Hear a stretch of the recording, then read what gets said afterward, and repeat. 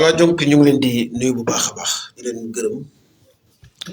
di leen sant di am mbégte jàkkaarloo waat ak yéen fii ci 24 média fas yéene dikk ak yéen comme niñ koy defee rek ci seen émission relax actu donc mu nekk émission boo xamante ni dañ ci waxtaan ci actualité ñeel doxalinu réew mi ñu sant yàlla bu baax di julli ci yonentam bu tedd bi Muhammad sallallahu alayhi wa sallam di ziar bu baax kilifa diine yi yëpp yi nekk ci biir réew mi diine musulman ak chrétien yëpp di leen jox seen wàccuwaay di ñaan yàlla ndono bi nga xamante ni moom la leen jagleel yal na leen may fan wu gudd ak wér ak tal ba lépp li nga xamante ni naal nañ ko ngir liggéeyal ko diini bi sunu borom yéwénal leen ko ba ñu mën koo def ci lu kawe sunu njort ndax loolu njëriñ kese lay jul ci réew mi ziar bu baax kilifa aada yi di ci jiital njiitu réew mi ak gouvernement bu Sénégal yëpp waaye itam di ziar bu baax a baax ku jee politique bi di ziar suñuy internet biir réew ak bitim réew rawatina nag comme ni ma koy defee saa su ne di beral loxo waa bitim réew ndax ñoom ni ma koy faral di waxee seen loxo mosul jóg ci réew mi bari na ay dëkk yoo xamante ni tey jii boo fa demee lépp loo xamante ni investissement la en termes d'infrastructure mais également en termes de rentrée de devises dans les familles ñoom la kon dañ leen di ziar bu baax di leen ñaanal ñoom itam yàlla yokk leen a taxaw fa ñu nekk ndax fi ñu taxaw réew mi am na solo ñu nuyu bu baax suñuy internetu biir réew di leen ñoom itam di jox seen wàccuwaay ndax saa su ne ñu ngi ñuy topp di bëggee li nga xamante ni ñu ngi koy def bu amee loo xamante ni safaanu nag xëy na niñ seen gis-gis dañuy yónnee ay message wala ñu woo téléphone ngir wax ñu mën a joyanti loolu nga xamante ni jàpp nañ ni suñ ko defee liggéey bi day gën a baax kon ñu leen di ñoom itam ñu leen di ziar bu baax a baax tey jii nag comme niñ koy faral di defee rek dañuy waxtaan ci actualité mais waxtaan ko itam ci sunu tolluwaay su ma waxee tolluwaay dafay rek doon ni ñun duñu ay professionnel waaye ay citoyen lambda lañu yoo xamante ni doxalinu réew mi daf ñoo ñor ba tax na dikk seen kanam di ci waxtaan yéen itam mën ngeen a bokk ci waxtaan bi gannaaw bu ngeen wootee fii ci 24 média fii ci Mbour 37 ngeen mën a bokk ci li nga xamante ni moom mooy waxtaan bi alors tey jii daañu waxtaan ci li nga xamante ni moo xew foofu ci Casamance plus précisément ci Gambie gannaaw bi ñu bàyyee libéré ñi nga xamante ni moom mooy les 7 jàmbaar qui étaient détenus par donc le MFDC ci loolu nga xamante ni xewoon na fa mu nekkoon ay échange de tir yu amoon diggante way fipp yi ak l'armée bu Sénégal nga xamante ni ay éléments wu Sénégal la waaye bokk ci force boobu nga xamante ni CEDEAO moo ko déployé foofu ci Gambie ngir ñu am liggéey buñ fay def ñu am ñeent yoo xamante ni ñàkkoon nañ seen bakkan ci rang wu militaire sénégalais yi jàppoon ci 7 yoo xam ni ils étaient en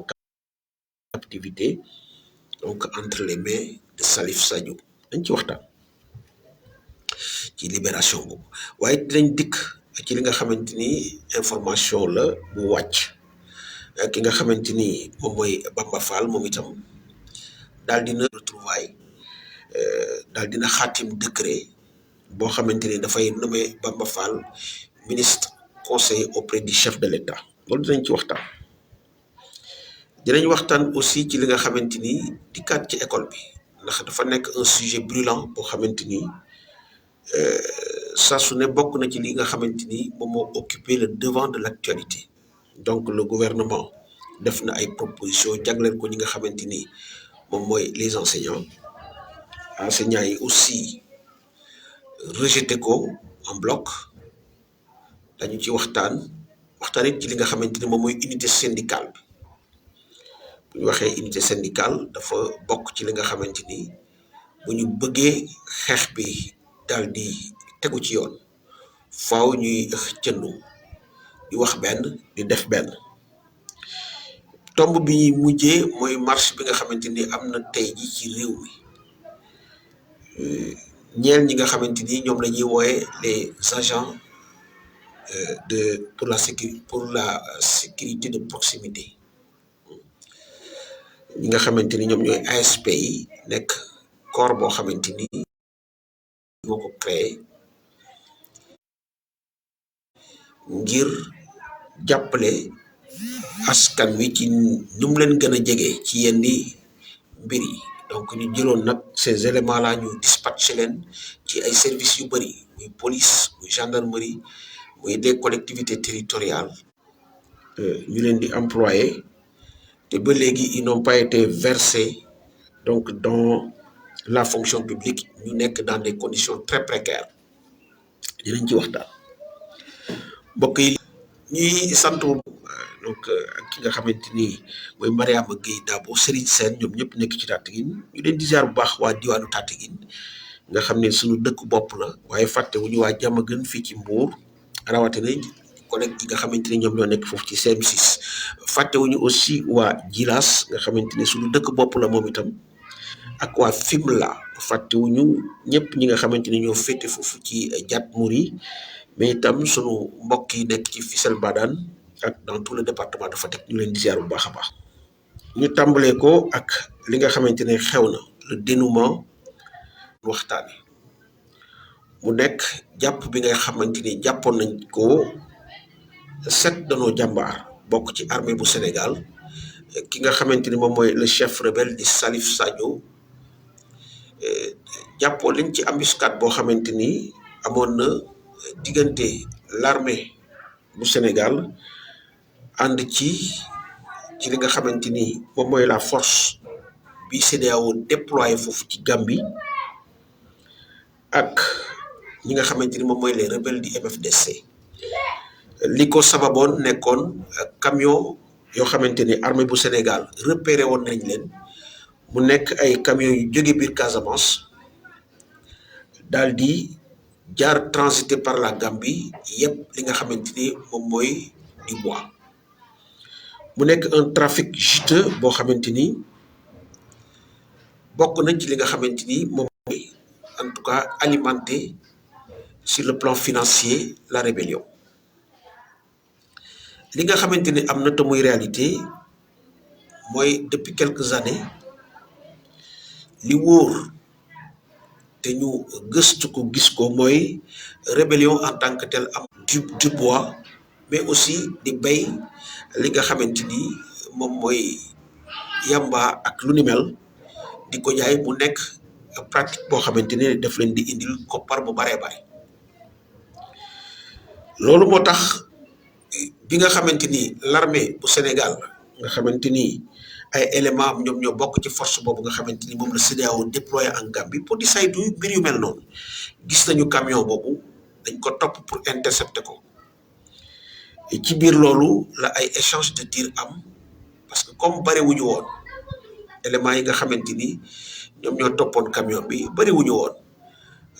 loolu tax na rebelle yi nga xamante ni ñoom ñoo bootu ci ginnaaw Salif Sadio daal di leen sëkkatal daal di faat ñeent waaye itam jàpp ci juróom-ñaar yooyu donc il a fallu des négociations nga xamante ni état bu Gambie waaye itam la communauté Saint-Isidjo dox nañ ci ay jéego ak waa CEDEAO ngir mu aboutir à un dénouement xamante ni moom mooy Salif Sadio moom dans sa version nee na ces éléments qui appartiennent à la force de la CEDEAO xamante c'est des éléments du Sénégal dañ leen attaqué en territoire casamançais mu nekk loo xamante ni ci rien d'autre moom nee na dañu ko attaqué en plein territoire sénégalais alors donc mu riposte leen parce que fexe ba ñoom li ñu bëggoon jotul antu mu nekk version boo xamante ni l'armée l'a rejeté en bloc armée daf ko rejeté à travers la DIRPA, un communiqué de la DIRPA daal di ramener les faits dans leur véritable contexte ni mu demee alors dañuy sant yàlla gannaaw xale yooyu nga xamante ni seen njaboot nekkoon nañ ci njàqare xale yooyu nga xamante ni bàyyi nañu leen ñu mën a dellu ci seen njaboot ñu am yaakaar ne dara wokku leen sur le plan de leur santé waaye xam naa ne daañu aaju un accompagnement psychologique parce que nekk en captivité di vivre en permanence avec la peur d'une éventuelle exécution loolu àla kuleal foog mu am impact ci li nga xamante ni moom mooy seen santé mentale donc yaakaar naa ni l'armée dina en tout cas mettre un dispositif pour accompagner ces 7 jeunes sur le plan psychologique pour que véritablement li nga xamante ni jot nañ ko dund du impacter lool ci li nga xamante ni moom mooy seen nekkin donc quand les rebelles donc ont attaqué ce détachement qui suivait en tout cas auto camion bi nga xamante ni moom moo yeboon le bois donc ce détachement avait en devers lui des armes donc des balles des fusils des gilets pare-balles ak beneen logistique ak yeneen logistique mais li nga xamante ni dans le dénouement de cette affaire personne n'a pipé un mot de ça que ce soit la DIRPA que ce soit également ñi nga xamante ni ñoom ñoo participer en tout cas à la cérémonie de libération de ces 7 jàmbaar li nga xamante ni moom mooy ces armes kenn waxu ji donc on sous-entend que tout simplement que ces armes n'ont pas été restituées parce que dans la logique comme ni ñuy wax un butin de guerre ne se restitue jamais loolu ñu jàpp ne xëy na warul mun a jeexe noonu warul mun a jeexe noonu parce que armée war na restaurer li nga xamante ni mais également laver l'affront donc on doit faire en sorte que ces armes-là puissent être restituées parce que loolu mooy li nga xamante ni moom la xel nangu et en aval taxawaayu Gambie dafay pousser beaucoup de Sénégalais à un questionnement bu ñu xoolee li nga xamante ni moom mooy sunu relation ak Gambie ak taxaw bi nga xamante ni saa su ne réewum Sénégal taxaw na ko dans ces moments les plus difficiles dañu jàpp ne la Gambie warul mun a may quand même à la rébellion Casamance à des éléments rebelles qui viennent de la Casamance ñu mun di dugg di pavaner en toute impunité dans le territoire gambien en vertu des relations qui unissent les deux pays mais également en vertu de tout ce que le Sénégal a fait pour la Gambie pour sa stabilité mais également pour que véritablement Gambie mun a nekk réew moo xamante ni dafa stable bu ñu fàttalikoo kii di l'actuel président di Adama Barrow il avait ici au Sénégal président de la République Macky Sall moo ko jëloon indi ko fii Sénégal ñu ñëw ci deuxième tombe bi nekk transhumance nañ ko tuddee noonu ki nga xamante ni moom mooy Bamba Fall nga xamante ni tey jii ñu ngi koy en tout cas de façon officielle wax na ne il a rejoint le président de la République pour travailler avec lui bu nekk loo xamante ni ci sama gis-gis il y a rien de nouveau sous le ciel parce que en réalité li am te wér mooy Bamba Fall n'a jamais été loin du pouvoir bu ñu fàttalikoo tuuti waaye ñuy ziar bu baax Fallou Fall Fallou ñu ngi koy ziar bu baax a baax di ko jox wàcc waayam di kontaan ci li nga xamante ni saa su ne en tout cas def ñi topp fii ci 24 médias. Alors donc je disais tantôt que le fait que Bamba Fall ait rejoint donc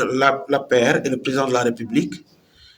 dañuy wax rek ne y a rien de nouveau sous nos cieux parce que en réalité Bamba Fall n'a jamais été loin du pouvoir te loolu il y a beaucoup de faits yi nga xamante ne mën nañu étayer li nga xamante ne moom la ñuy wax. Si on se rappelle pendant les durs moments nga xamante ni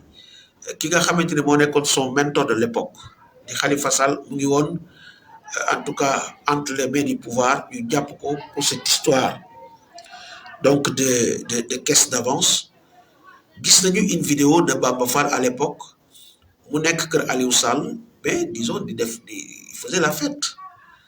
pour quelqu'un boo xamante ni tu te dis que alors c'est par la faute de ce pouvoir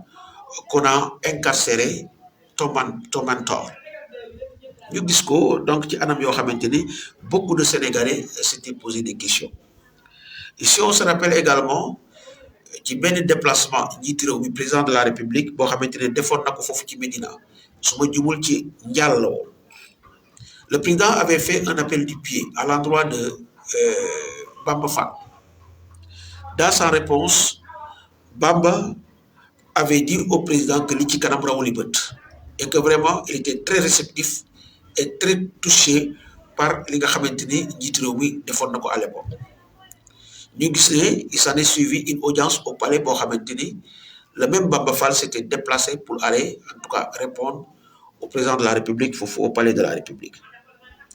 jamono di dox ba tey jii à l'issue des élections locales Bamba Fall sous la bannière de Gëm Sa Bopp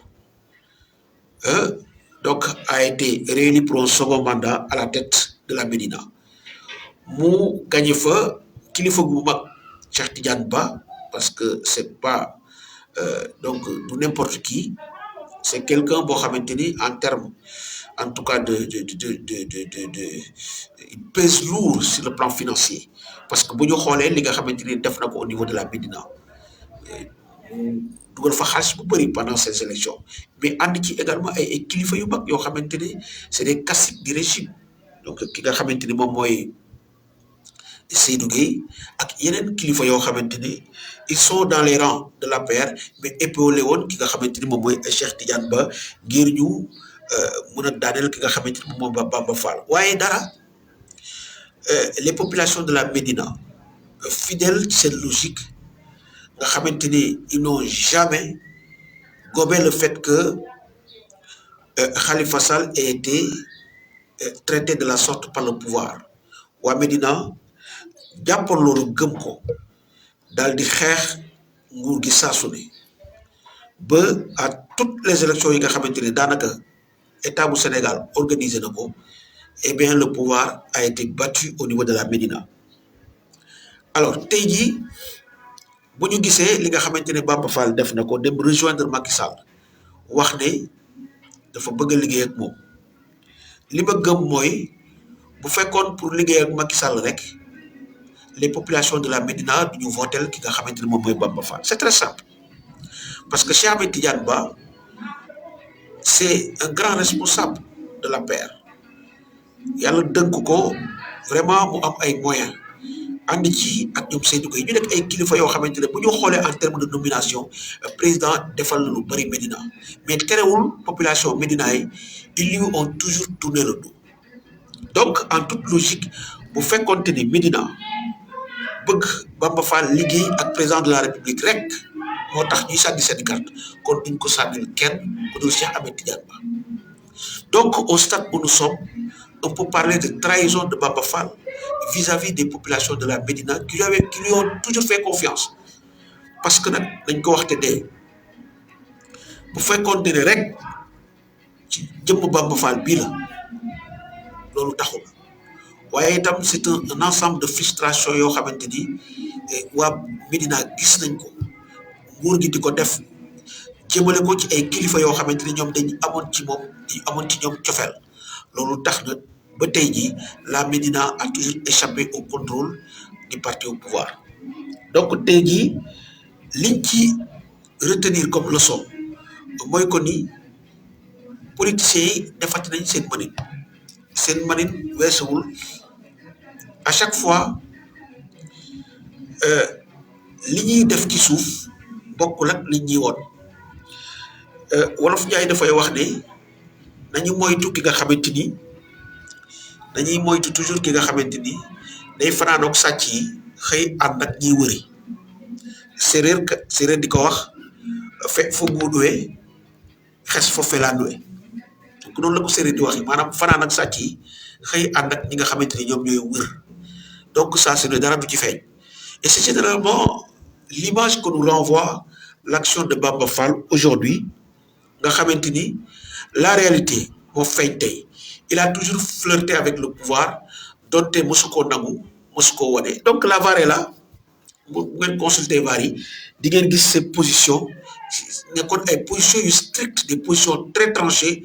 par rapport ak li nga xamante ni moom mooy lien yi mu entretenir ak pouvoir mais itam dans un cadre beaucoup plus profond dans un cadre global mën nañu wax ne gëm sa bopp gën na fragile par rapport fi nga xamante ni moom la Sénégalais yi doon ko xool parce que bu ñu rappelé woo donc ki nga xamante ni moom mooy Bougane Gueye Dany il a été attaqué sous plusieurs aspects que comme quoi il travaille pour le président Macky Sall que coow li moo fi nekk mais soriwul Macky Sall te proximité ak Bamba Fall surtout dans ces élections locales bu fekkente ne lii la accouché dafay gën a renforcer hypothèse bi nga xamante ni kii di Bougane Gueye Dany mësta sori ki nga xamante ni moom mooy le président de la République donc loolu daal en tout cas on laisse ça à l'appréciation des Médinois on laisse ça à l'appréciation des Sénégalais et qui verront li nga xamante ni mooy acte bi nga xamante ni Bamba Fall posé na ko ñoom ban gis-gis lañ ci nar a am loolu on tenait absolument donc à le dire mu nekkoon suñu ñaareelu tomb ñuy permettre rek ñu glisser ci li nga xamante ni moom mooy les ASP ñu nar a jeexale école bi mais ñu wax ci ASP yi toujours c'est de l'actualité gis nañ ne tey jii les agents pour la sécurité de proximité ñu leen di wax ASP nekk encore boo xamante ni le président de la République bi mu accéder au pouvoir la ko créé woon ko ngir jàppale ndaw ñi dans sa politique de recherche d'emploi mu nekk loo xamante ni à l'époque biñ koy créer quand même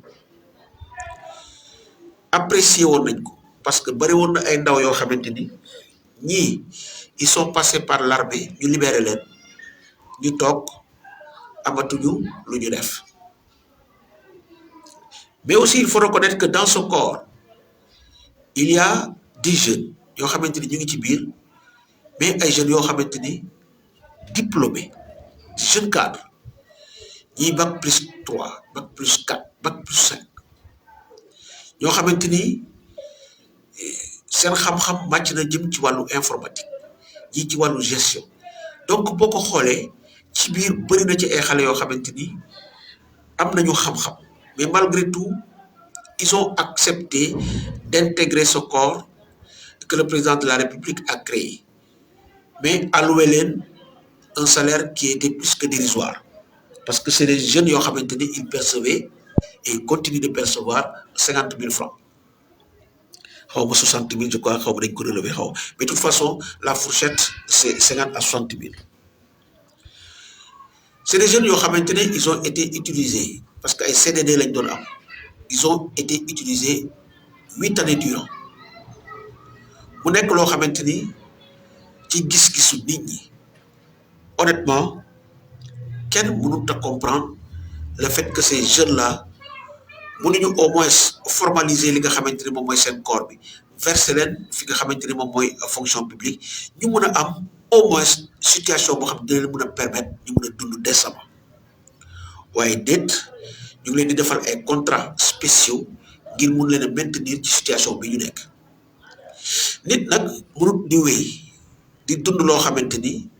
dañ lay gis suba bu jot ngay xëy di dem di liggéey te bu weer dee amul lenn loo xamante ni mun na la ko jëriñ ndax fi réew mi toll ak ni jafe-jafe yi toll ki ngay fay 50 000 voire 60 000 ana lan la ci mën a def boo xoolee location di mu chéré ci Dakar ba ci Mbuur gi ñu nekk boo xoolee la flambée des denrées de première nécessité qu'est-ce que un salaire de 60 000 peut faire ak yeneen transport ñëw raaxu ci donc urgence feebar waxatuñu la scolarité des enfants loolu yëpp nekk des goulots d'étranglement yoo xamante ni dafa xoj ces ASP de sorte que li nga xamante ni moom mooy seen dundin nekk na lu métti métti donc on les comprend que ñu mun a hausser li nga xamante ni mooy le ton pour que véritablement état bu Sénégal gëstu li nga xamante ni moom mooy seen situation loolu tax na tey jii ñu organiser woon une marche nationale un peu partout à travers le Sénégal donte ils ont été brutalisés dans certaines parties du pays gis nañ ce qui s'est passé à Yoff et même gis nañu aussi ce qui s'est passé à Ziguinchor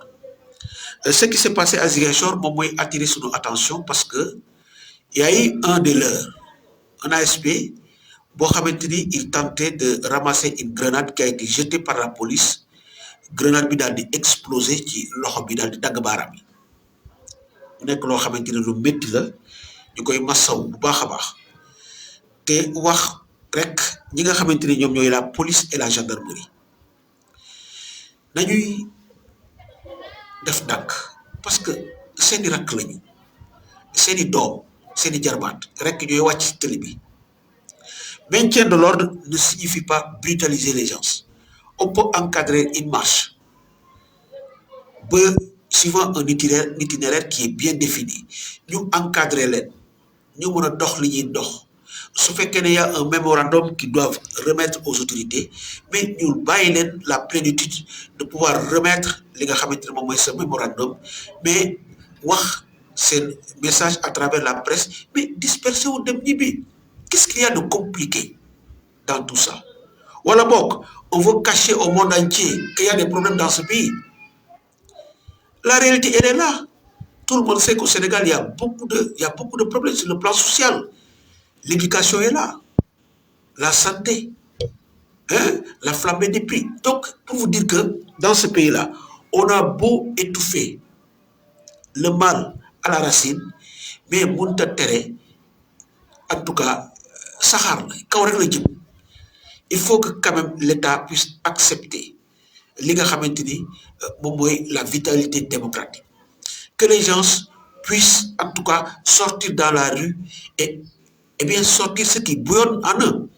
parce que boo ko deful ce trop plein de frustration ñu koy emmagasiner dafay indiwaat li xewoon au mois de mars nga xamante ni il a fallu une étincelle tout simplement pour que tout explose lépp exploser donc je pense que ce trop plein de frustration dont souffrent les Sénégalais à longueur de journée il faut quand même que ñu am fi nga xamante ni danañ ko fa mun a génne te fi ñu koy génne weesuwul lu dul ci seeni marche donc loolu on tenait véritablement à le dire parce que ce qui s'est passé quand même doon na loo xamante ni lu métti la donc ñeel ñi nga xamante ni ñoom ñooy ces ASC ñu daal di jeexale sunu ñetteelu tomb muy li nga xamante ni moom mooy éducation bi tey jii ci éducation bi gannaaw bu ñu fàttalee ne l'État a fait une proposition donc au syndicat d'enseignants ngir donc ñu arrêter li nga xamante ni moom mooy seen mouvement d'humeur 69 milliards qui ont été mis sur la ñoom ils pensent pouvoir tromper les enseignants alors que c'est peine perdue parce que boo xoolee la rencontre bi mujjee wane na que ni il y a beaucoup de failles, beaucoup de non-dits dans cette proposition parce qu'en réalité c'était un écran de fumée. Mun nañoo déglu ki nga xamante ni moom mooy Abdoulaye Ndoye peut-être un extrait de son passage bien entendu ci benn télé mu yëkkati foon ay kàddu jëm ci li nga xamante ni moom mooy c'est les propositions qui ont été faites par le gouvernement. 69 milliards yu nguur gi di wax chiffres yi maanaam lu mu joxe noonu bu dëgg te baaxul. 69 milliards waaw xam nga lu tax bi ñu ñëwee démb samedi bon nguur gi daf ñu defal ay propositions. Ministre des finances exposé ba pare bu ma exposé ma ne samay naataango nañ génn waxtaan. nañu demander pause. parce que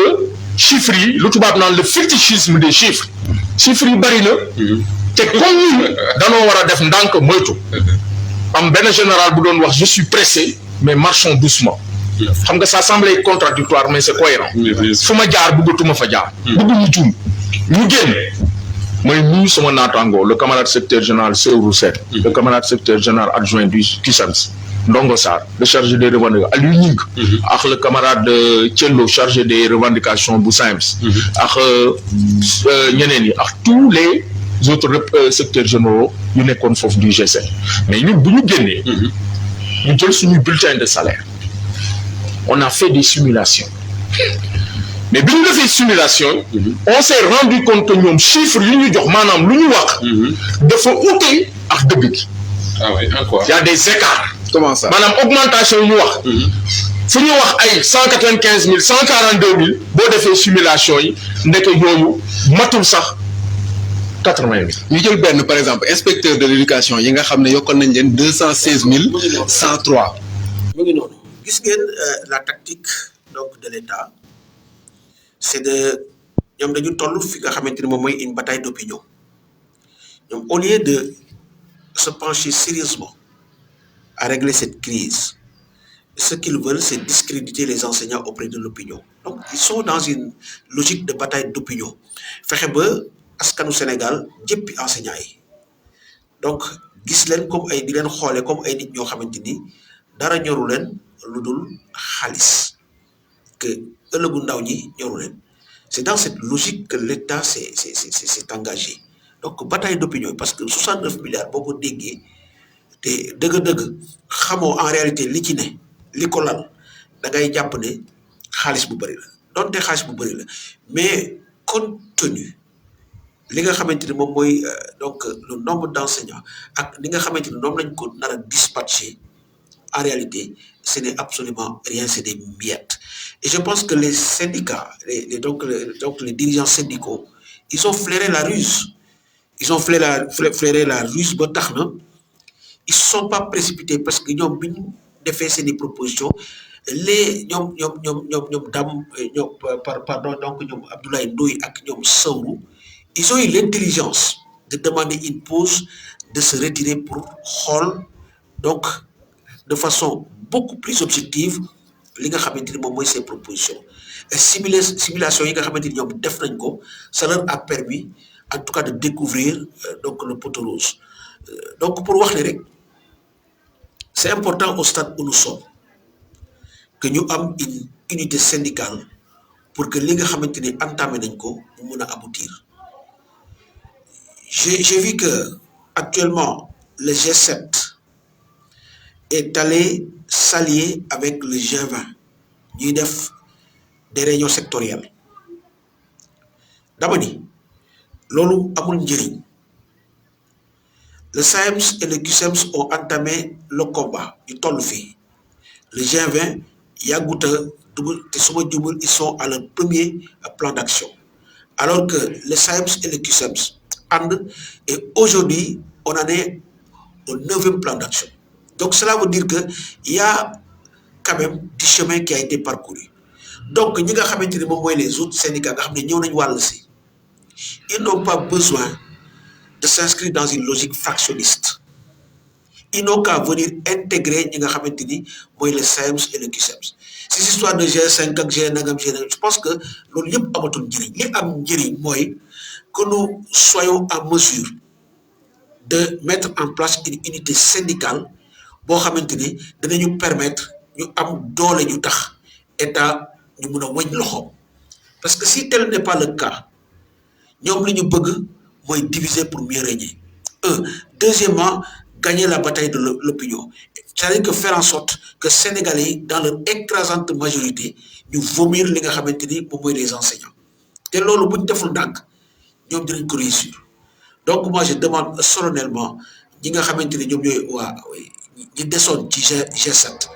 nga xamante ni jotaguñu woon ànd ak ñi nga xamante ni ñoom ñooy waa SAEMS ak waa CUSEMS ñu ñëw bokk ànd ci ak waa G20 waa ñi nga xamante ni ñoom ñooy waa CUSEMS ak SAEMS aussi mais yaatal ubbi il faudrait pas en tout cas qu'on ferme la porte aux autres syndicats ouvrez la porte et créer une unité syndicale loolu mooy mën a tax lii nga xamante ni moom la ñu entamé muy cette lutte pour en tout cas l'équité dans le traitement des agents donc des salaires des agents de la fonction publique pour ñu mun ko réussir il faut véritablement